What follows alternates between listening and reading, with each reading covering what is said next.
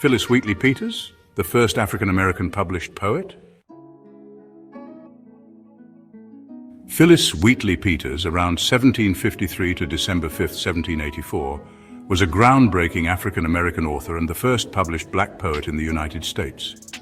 Born in West Africa, likely in present-day Gambia or Senegal, she was kidnapped at the age of 7 or 8 and transported to Boston, Massachusetts aboard the slave ship the Phillis.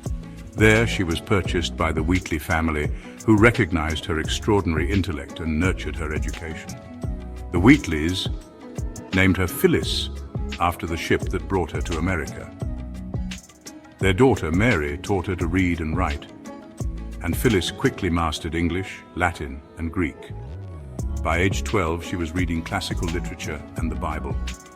At 14, she wrote her first poem to the University of Cambridge, Harvard in New England. The Wheatleys, impressed by her talent, encouraged her writing and showcased her abilities to their social circle.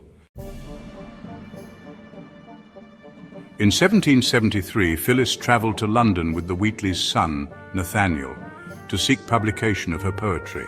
There, she met prominent figures like the Lord Mayor of London and gained the support of Selina Hastings, Countess of Huntingdon, who funded the publication of her book, Poems on Various Subjects, Religious and Moral.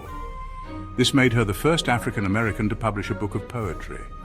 Her work earned praise from notable figures, including George Washington, who invited her to meet him in 1776. After her book's success, the Wheatleys emancipated Phillis. However, her life took a difficult turn after their deaths. She married John Peters, a free black grocer, but the couple faced financial hardship. 2 of their 3 children died in infancy, and John was later imprisoned for debt.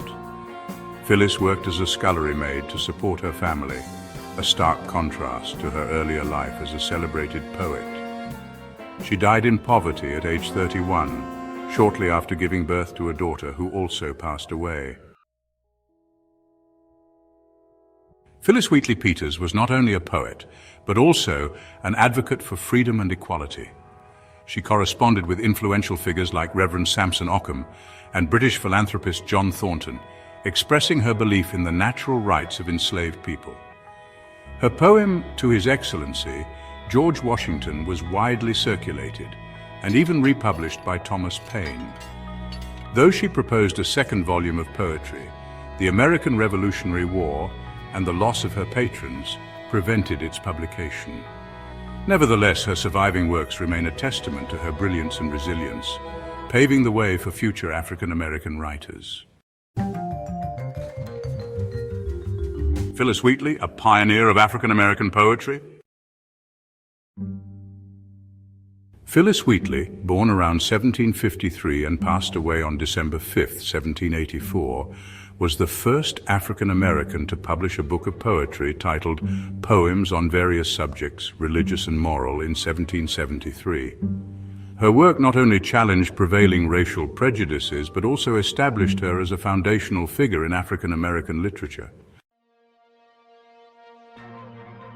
Wheatley's poetry often explored themes of Christianity, freedom, and classical antiquity. One of her most famous poems, On Being Brought from Africa to America, reflects her complex relationship with her enslavement and her Christian faith.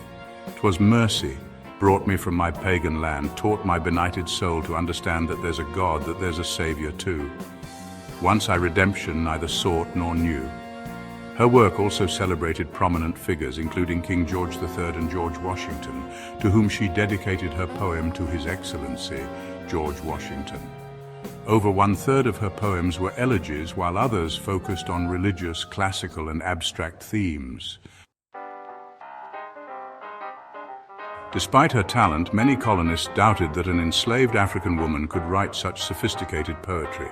In 1772, Wheatley was forced to defend her authorship in court.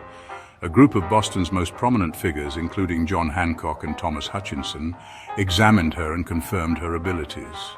Their signed attestation was included in the preface of her book. Publishers in Boston refused to print her work, so Wheatley turned to London, where she gained the support of Selina Hastings, Countess of Huntingdon. Her book was published in 1773 and received widespread acclaim. The London magazine praised her talent, noting that her poems displayed vigorous and lively genius, especially considering her background and limited formal education. Wheatley's poetry was deeply influenced by her reading of classical literature, the Bible, and the works of poets like Alexander Pope and John Milton. She frequently used classical allusions, referencing figures like Apollo, Aurora, and Maecenas. Her work also reflected her African heritage, particularly in her use of solar imagery, which some scholars interpret as a nod to African sun worship. Her poems often followed a structured form, with iambic, tetrameter, and pentameter, and a rhyme scheme of 𝐂𝐴𝐵CC.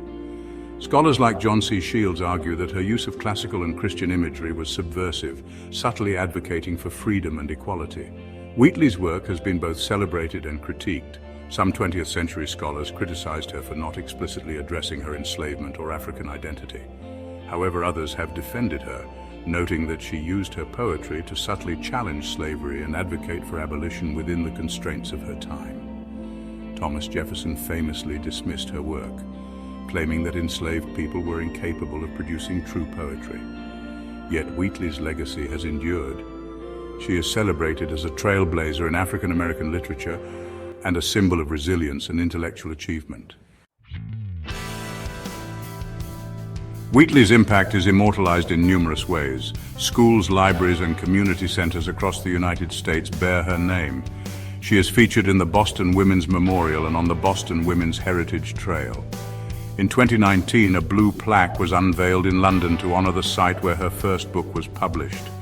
Her life and work continue to inspire plays, scholarly projects, and artistic tributes.